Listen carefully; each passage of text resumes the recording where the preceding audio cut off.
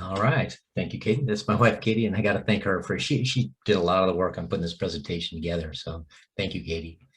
So my name is Jeff Foster, and I'm going to give you a little background about my history. Like Allison said, what is a marine mammal guy talking to the people that are, surrounded by desert?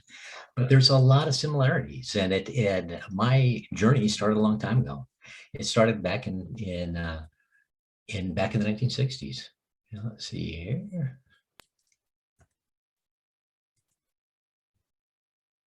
Oops. Back. Also, back in the 60s, it was a totally different time back then. The world seemed so much bigger and so much more innocent. And, back then it was, everything was kind of driven on TV, at least on Wild World of Disney, for adventure and animals and that kind of stuff. So I grew up with this, and the 60s were an amazing time to grow up. And I was very fortunate to grow up in those times. But it was also a time that it was, that we were gaining knowledge about a lot of these animals. We didn't even have baseline information for most species. So people like Marlon Perkins and Jacques Cousteau and some of these people were to me, they were these icons that, that were living the adventure and exploring new territories and new worlds and experiencing these animals close up. And that's certainly what I wanted to do. This picture here of Marlon Perkins, he's with a snake. This is an anaconda, and he was just about killed in this picture. They got wrapped up in this anaconda, and they had a hard time getting the snake off of them. So when you work with these animals, it doesn't matter if they're big or small. They can hurt you if you're not ready for it. But these icons, and these adventurers, the 60s were full of that. And now that's, there were still wild areas. There were still places on the planet that were unexplored, still places that hadn't been touched. And I wanted to go to those places. So again, it was an exciting time. And people like Jacques Cousteau, he was a person that was, I followed him, just religiously, and I just loved the stuff that he did, and I was always fascinated with the oceans. But I also grew up in an unusual family. My dad had a animal practice in a small animal practice called All Pets, and so I grew up with all sorts of animals. And through the name All Pets, he serviced all pets, and he really specialized in exotic animals. So I kind of started my rehab career with taking care of little baby animals. And back then there was no protocols or procedures on how to take care of these animals. You kind of winged it and tried to do the best you could and try to get as many of these animals as possible to survive. But back then, there was a lot of need for that. They were selling little monkeys for $18, and that included the shipping and the cage and the leash that it went with. And you could buy a lion for $50 plus shipping. So there were a lot of exotic animals and a lot of animals that were coming onto the market. And so people had them in their backyards. But also for these little animals, like crows and raccoons and those kind of things, those animals, those typically were, the rehab at that time, back in the 60s, was done by somebody in the neighborhood. And we just happened to be that person in the neighborhood. So I grew up with all sorts of animals, and it was a really enjoyable childhood. My dad was also a climber. And the climbing really played into my life later on, and I didn't realize it then for sure. But later on, it really made a difference. And everything from being able to tie the knots to just being able to get yourself out of tricky situations. And I used to idolize my dad and his climbing companions. And because they were taking steps and doing first ascents in places that nobody had ever been before. So it was for me, it was super exciting. And some of the things that I learned, on these trips were valuable throughout my life. One of the things, one of my dad's climbing partners, this one here, it's hard to see. This is Ron, and Ron is actually Allison's dad. And Ron said to me once, I was doing a lead. I was probably 12 years old and not very old, and and they asked me to do a lead and of a pitch. And so I had my chance to get up there and try to lead a route. And partway up, I kind of got overextended and I took a tumble. And I could never forget what Ron said. He said, okay, now do it again and push your way past it. Forget your fear and push your way past it. And that's why I've kind of used that throughout my life on a lot of these journeys that I've been on. And my dad, he started at the All Pets Veterinary Clinic, and then he gradually he became the first full-time zoo veterinarian at Willard Park Zoo.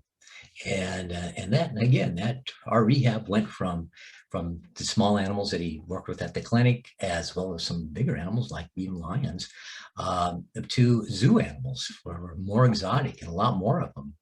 At that time, they didn't have any night keepers or anything like that. So my dad would oftentimes bring home these animals, and I would have to take care of them.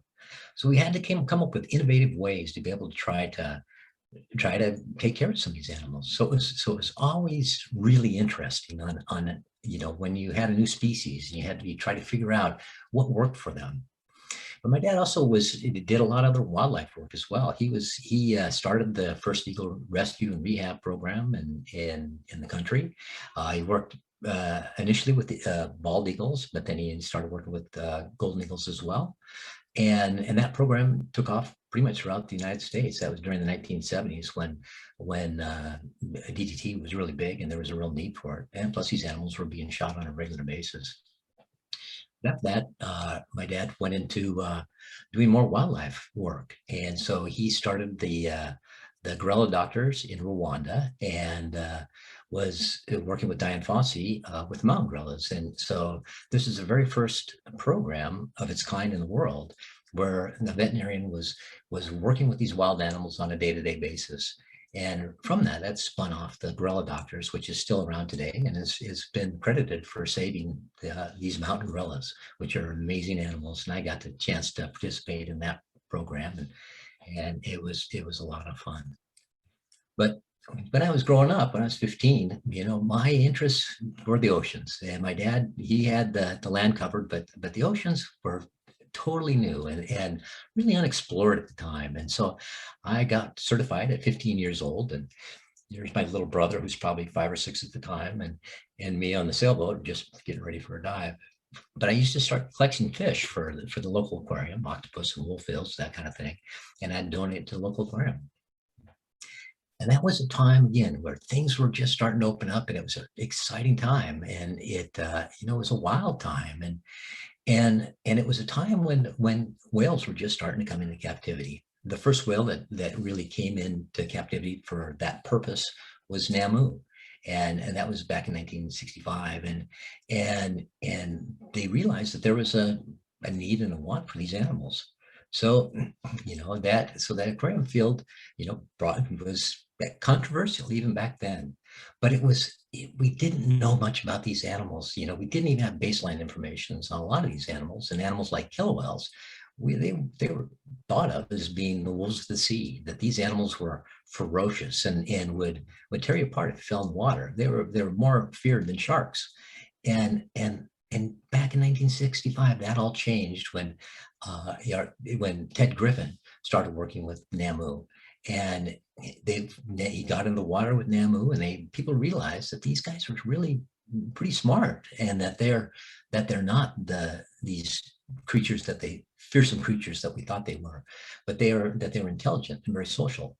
But it wasn't until we really brought them into captivity until we realized that.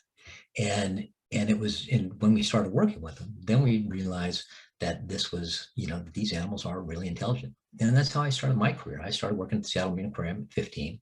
My mom used to drive me down there and on the weekends, and if I had to work a late shift. And I eventually started training the animals, and at that time, the SeaWorld had bought out the Seattle Marine Aquarium, and the Seattle Marine Aquarium was where the permits for the killer whales were. So it was also the time for captures. And so I was involved with initial captures early on, and just during the expansion years at SeaWorld. And again, back then it was just a big adventure. We didn't know a lot about the animals, and even to this day, we're still trying to get baseline information on most species, especially the uncommon ones. But it was a very interesting time, and you literally learn something new every day. But one of the things about the aquariums was that we would do rehab there too. We'd take care of the baby seals and the baby animals that came in. They were very popular with the public, and so that was encouraged. But most animals like California sea lions, those kind of things, they were very common. You could buy them for $50, on the internet pretty much. And so those animals weren't as wanted as some of these other animals. So rehab in the captive industry started early on. If a killer whale stranded on a beach or a dolphin, there was an incentive to get it because that could add to the collection, and they were difficult to catch, expensive to catch at the time.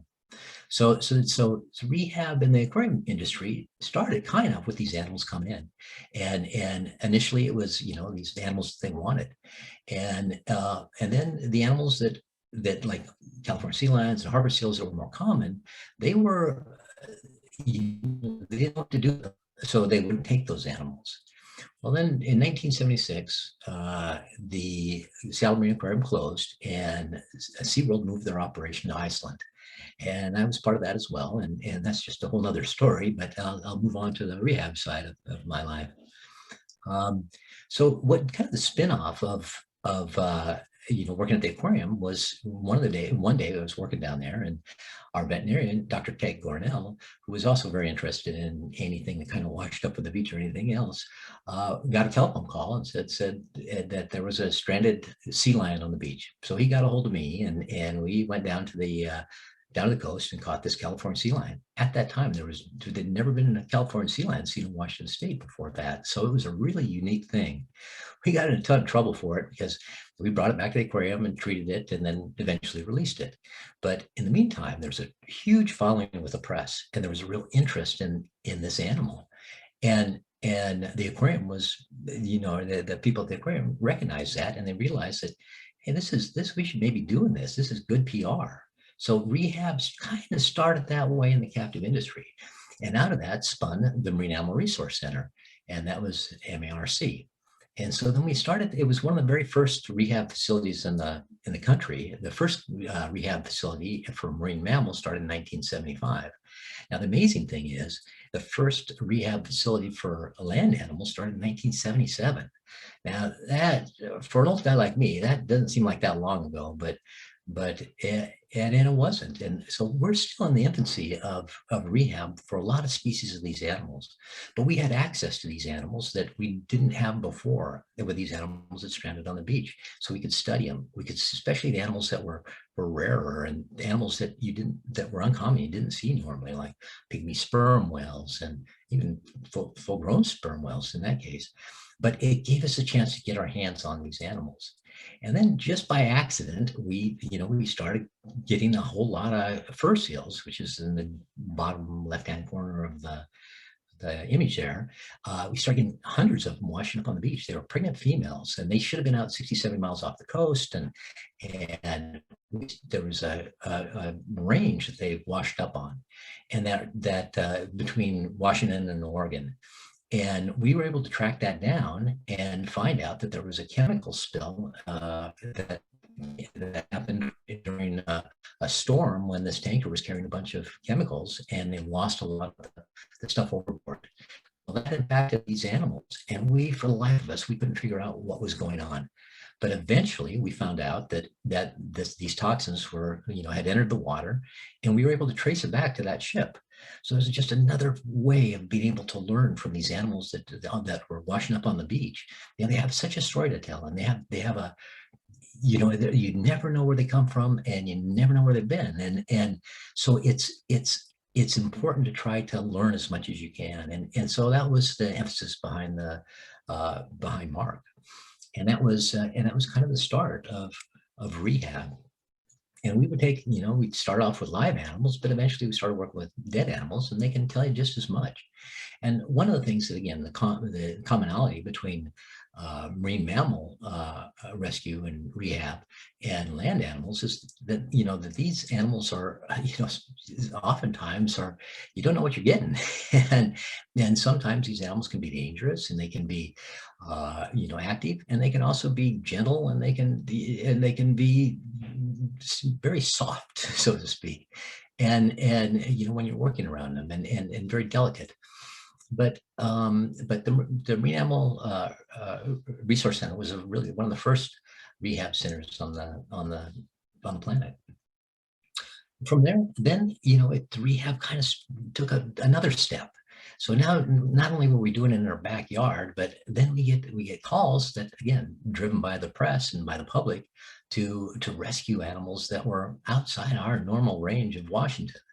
And so early on, there was a glacier up in Alaska that surged and entrapped a bunch of animals. And these animals were back behind this glacier. It was like 17 miles of water. And over the summertime, after all the runoff from the snow melt, that water level raised up about 250 feet. So it was fresh water sitting on the salt water. These animals couldn't feed. So Jean-Michel Cousteau and his team were up there and saw a lot of animals trapped inside the bay, and they put out a word that something needs to be done. And so we put together a group of people and went up there to try to rescue these animals. And again, it was the first time that this had happened. Normally, you know, when you're doing rehab and rescue, you're volunteering your time and just for the good of you know, the cause, and try to learn as much as you can in the process. But this time we actually had some funding to be able to pay for our food when we were out there and things, because we didn't know how long we'd be gone. So we got up to Hubba Glacier, and it was whoops, I'm a couple ahead of myself here. Let me see, go back here a bit. So up in Hubba Glacier, we were able to rescue a number of animals, mostly dehydrated seals. But again, it got international recognition for our work up there, and that pushed us a little bit further to you know, to do more with rehab, and to try to learn as much as we can, do as much research on these animals when you had access to them. You know, was so important. And then you take it from there to the next level. And so then the next level is the Exxon Valdez. That, I'm sure a lot of you remember, was a real tragedy. That it was a tremendous amount of oil spilled over a massive area, and it devastated a huge population of animals. And so I was involved in the otter rescue for the Kenai Peninsula. And what we do is we go out and try to find these animals that were oiled, which wasn't hard to do, and then send them into the rehab center. But nothing like this had really been done at this scale. They've done it with birds, and they've done it with other animals, but they hadn't. It was smaller animals, but nothing with like a marine mammal, like an otter, a bigger animal that especially could, you know, has a lot of teeth behind it, and it can be very powerful. So we started, you know, the rehab up in Alaska, and this was a massive effort. There was 100 people involved, and there was a lot of animals impacted by this oil spill. And it wasn't just the otters, but it was the birds, and it was like the eagles that were in the nest, that the mom would be feeding on a carcass on the beach and would come back to the nest and spread that out to the chicks, and of course they wouldn't survive. But so we ended up catching, I think, close to 200 animals, and we were very successful in returning them back to the wild. But again, this was a massive effort, and it couldn't have been done unless we had funding from Exxon, which they were responsible for the spill, so they funded it. But kind of the sad thing on that was they raised the price of gas 6 cents, and that paid for the spill within 2 months. So, and they never did lower the price back down. But we can learn from these things, and you can watch long-term what the impacts are of oil on these beaches. And some of that oil is still buried. If you go up to the beach today and dig down 3 feet, you'll still see it.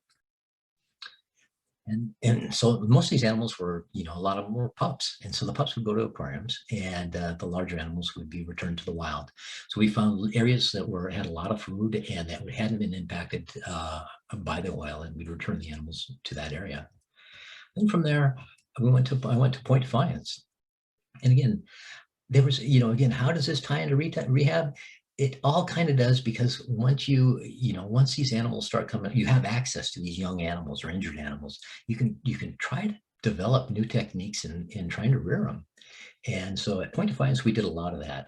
This is one of my favorite animals I've ever worked with. Is ET. It was a walrus. He was just an amazing animal. You could teach him to go out and get you coffee if you wanted to. He was incredible. But he was an animal that was, when before we started working with him, he was considered very, very dangerous. And that if he got out of the exhibit, if he got out of the water in the exhibit, you got out of the exhibit.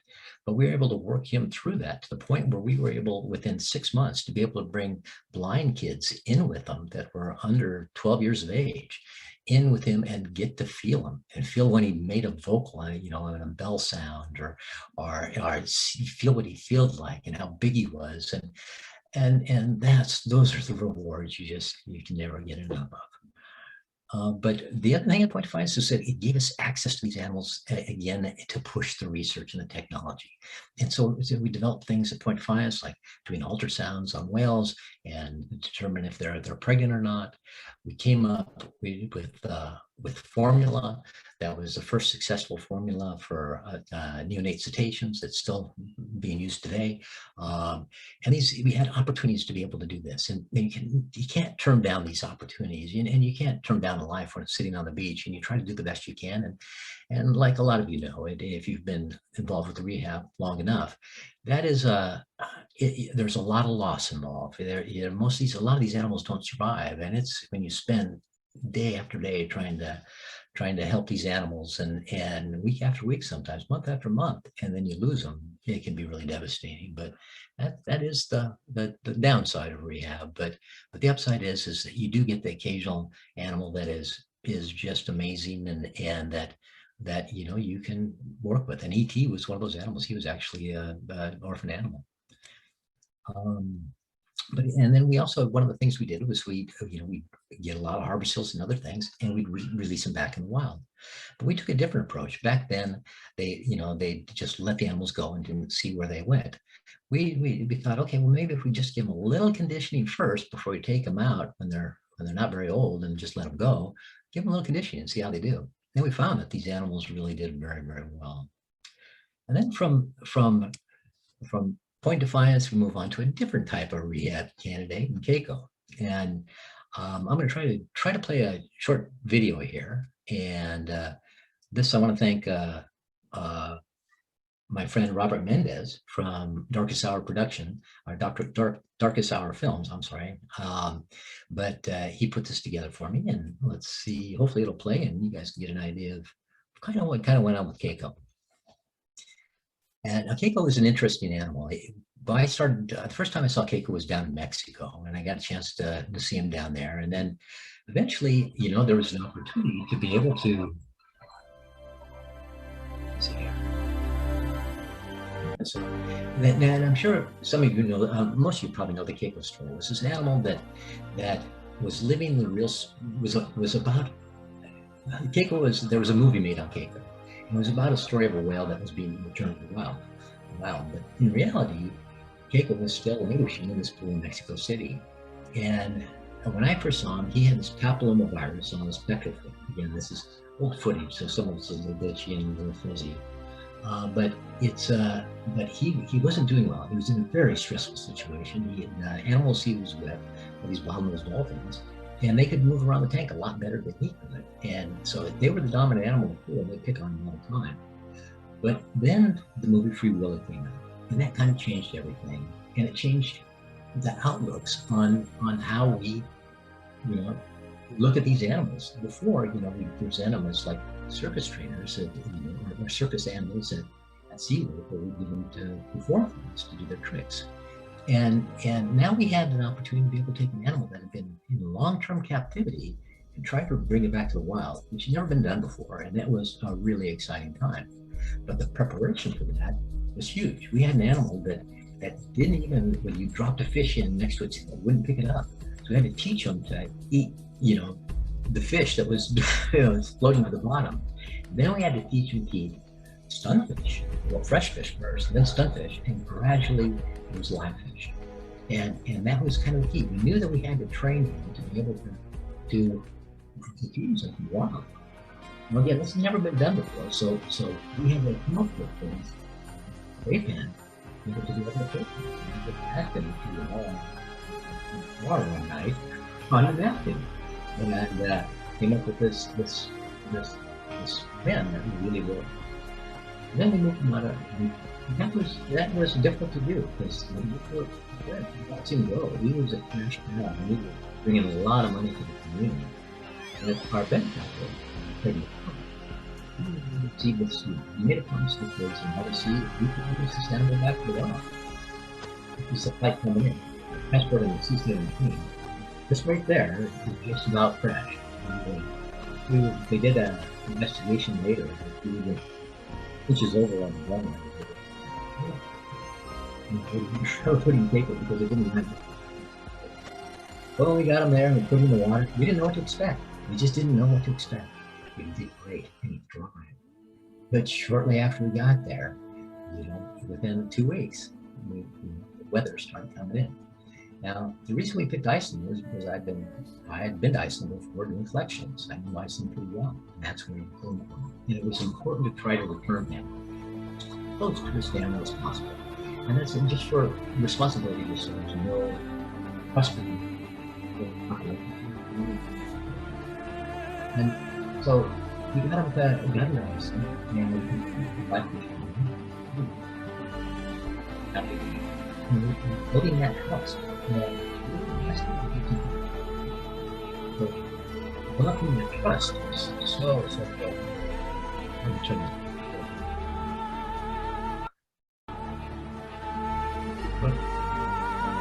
That's so nice. Let me see it. Whoops.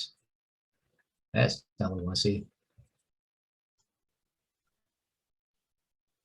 Okay. Hey, Jeff. Yeah. And we also had to develop the tech. The tech I just put on was a really important part of this too, because we wanted to know where we're at. Here we were thinking this naive animal that was that had never been out in the open ocean before, and we wanted to make sure that he could feed himself, and that he could socialize with these animals, and that he could hopefully eventually go off with them. But the downside of this was, we took him out many times, and we had probably close to 100 encounters, like this one. Some of them as close as this, where they weren't physical. If he wasn't physically touching these other animals, he was close enough too. But he never really took. He never really swam off the group. And we realized we had this animal that was caught between two worlds. The world of deaths was captivity. He only been a couple years old when he was captured. But studying these animals in the wild is different. In Iceland, we were limited, and that was really, really small. And we're in some, very much we couldn't get out there. Eventually, we were towards the end of the project. Each time I left, because I left the project at this point, and Keiko, they decided to take him out, and he was with some wild whales, and he swam off, and the weather got too rough for them to track him, and so they didn't really know what happened. But because we had the tech on him, we could track him, could see how deep he was diving, and if he was feeding, and those kind of things. And there were times when he was diving to depth and potentially feeding, but probably not enough to sustain himself. And eventually, he ended up in Norway, following a fishing boat into a harbor. And shortly after that, he was interacting with kids and playing with people, and he was a hit in Norway. Well, at that point, Craig McCaw, and he had the .com had crashed, and he had he was getting out of the project, and so the Humane Society had taken over at that point, and he and it was pretty much released at all costs, because they had a goal to try to do, and that was, and it wasn't always, in my opinion, in the best interest for the animal, but unfortunately, Keiko died, but he did have an amazing life. I can swear to this, he had an amazing life while he was in Iceland.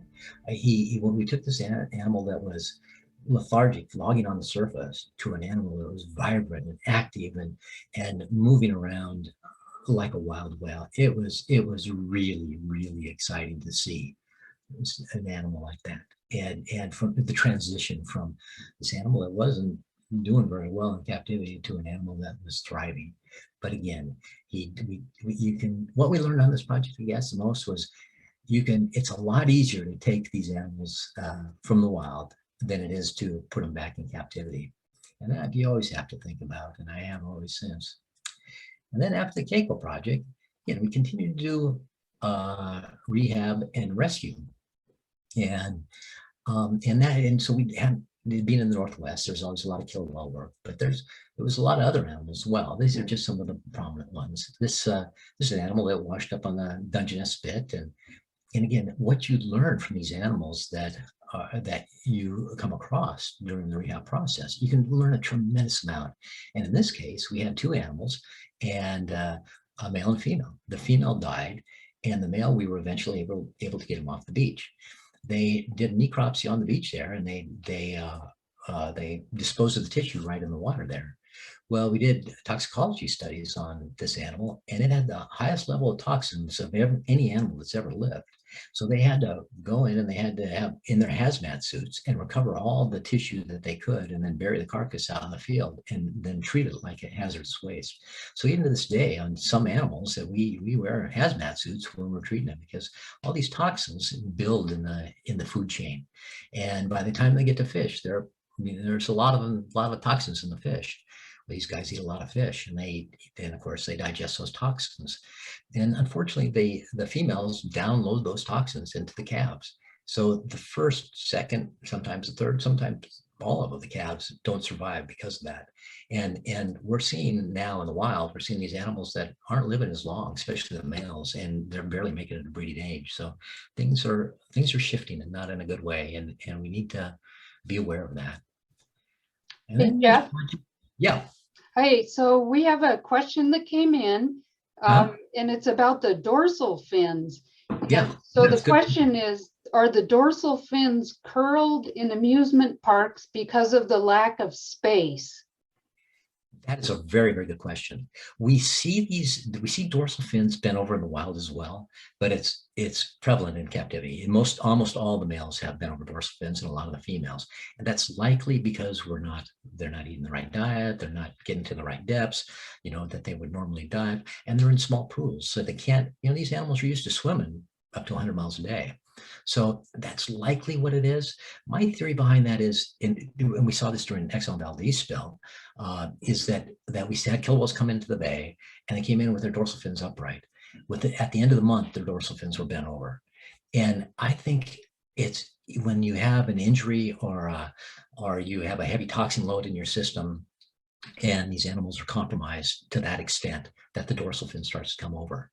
Now, the amazing thing with Keiko is that we never thought we'd be able to bring that dorsal fin up, but it did come up when he was in Iceland. It came up quite a bit, and his demeanor and his body size and everything just changed. He was such a muscular, beautiful animal when he was out in that water.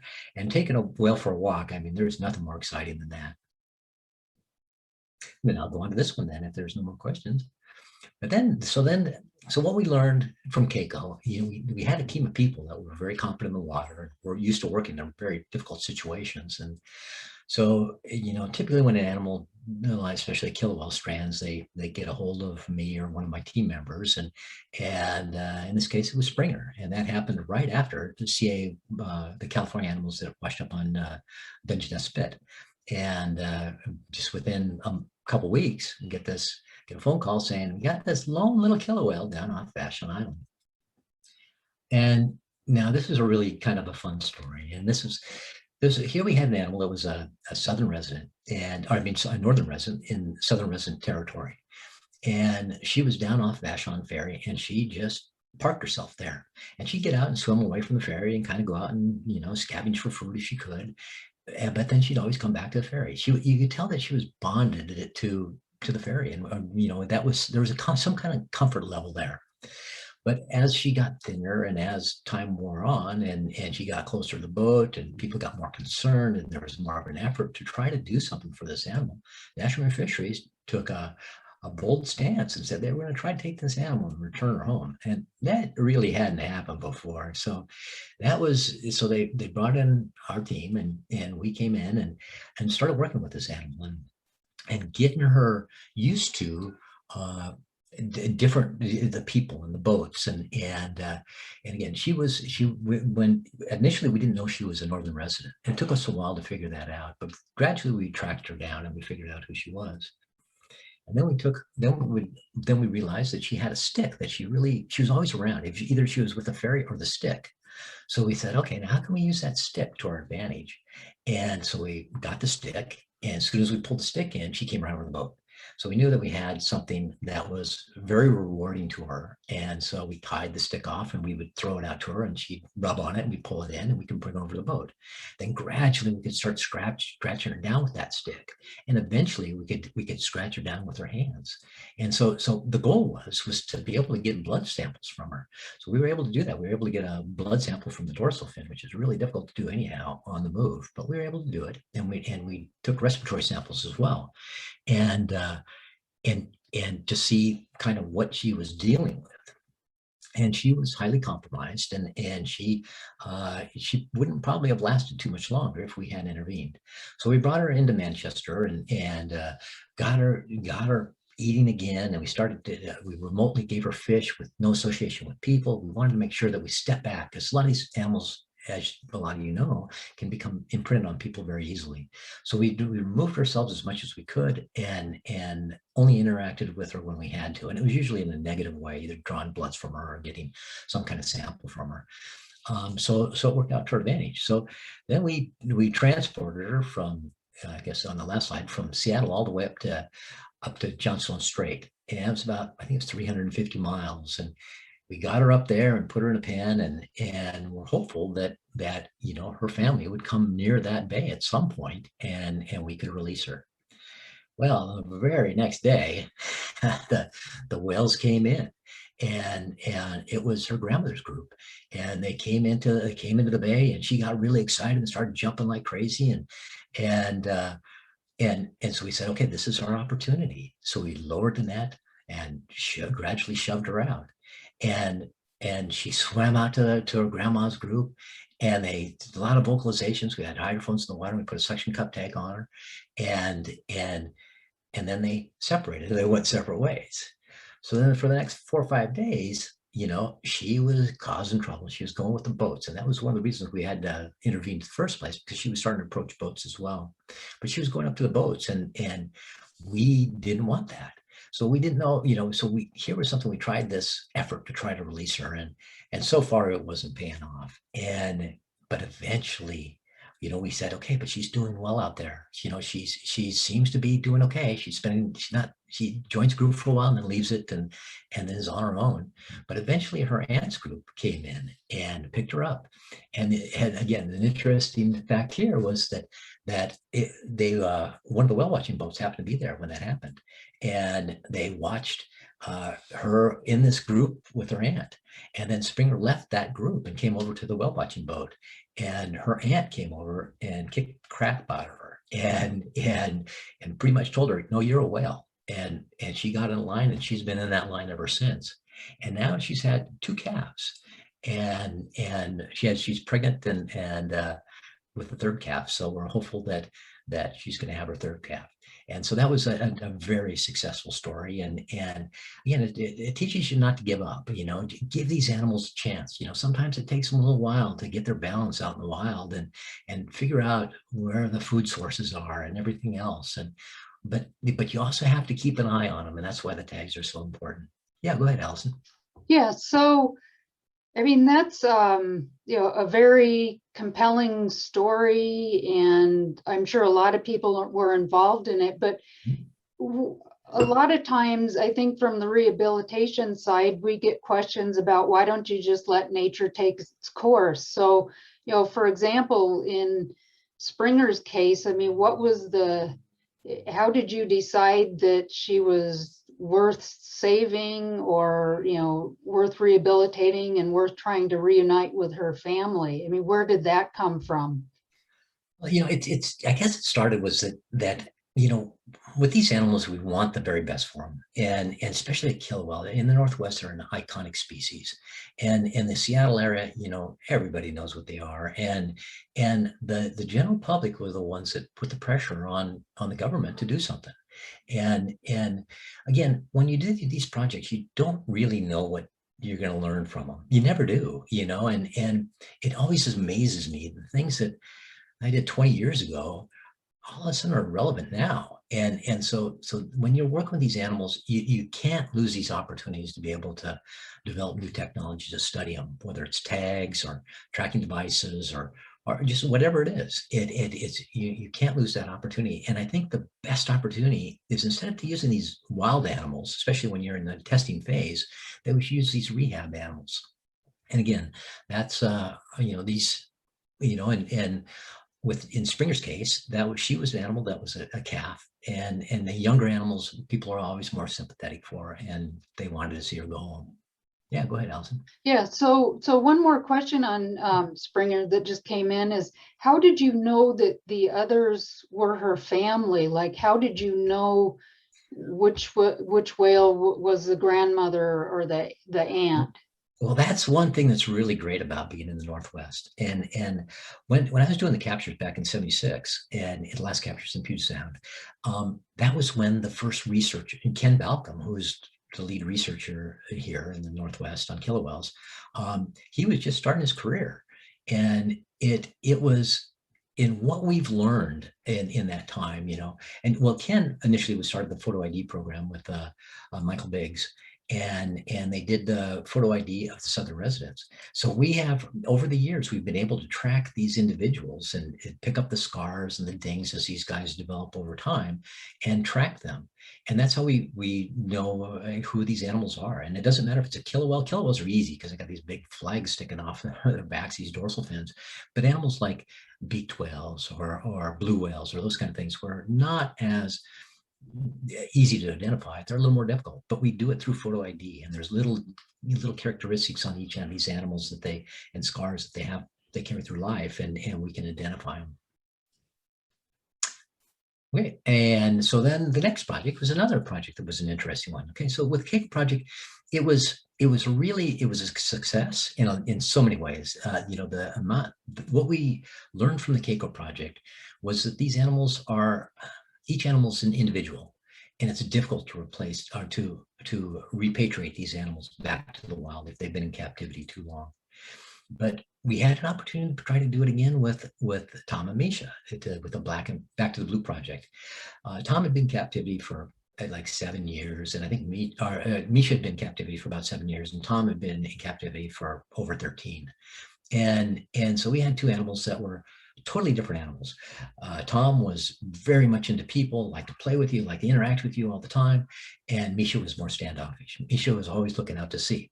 So we knew that if we could use the competition between these animals, that it might work to be able to push them to start the live fishing a little easier. With a solitary animal like Keiko, there's no competition. So, other than the birds that were trying to chase after the fish, but having the two dolphins worked to our advantage because we could use them for the competition, and they'd race to the fish.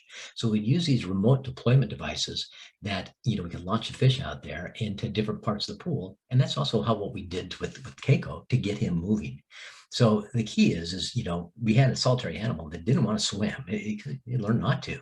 So we had to get him moving. So to do that, you had to throw these rewards. So you want them to be kind of surprise rewards. And so what we would do is we'd hide all over the bay pen or wherever we were when we're doing these things.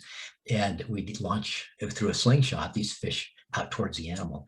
And eventually the animal starts moving. And as soon as it starts moving, you launch a fish, and then moves further, you launch another fish. And eventually the animal continues to swim. And that was our goal, and worked very well with Keiko, and it worked very well with Tom and Misha. But again, you want to be very responsible if you're taking these animals and returning them to the wild, because you want to make sure that they don't have any pathogens that they picked up in captivity. And you don't want, the last thing in the world you want to do is spread them to wild animals. So we're very, very cautious about this. And it doesn't matter if any kind of rehab animal, we're very cautious about it. And with the last thing we want to do is jeopardize the wild population by trying to reintroduce an animal that's compromised.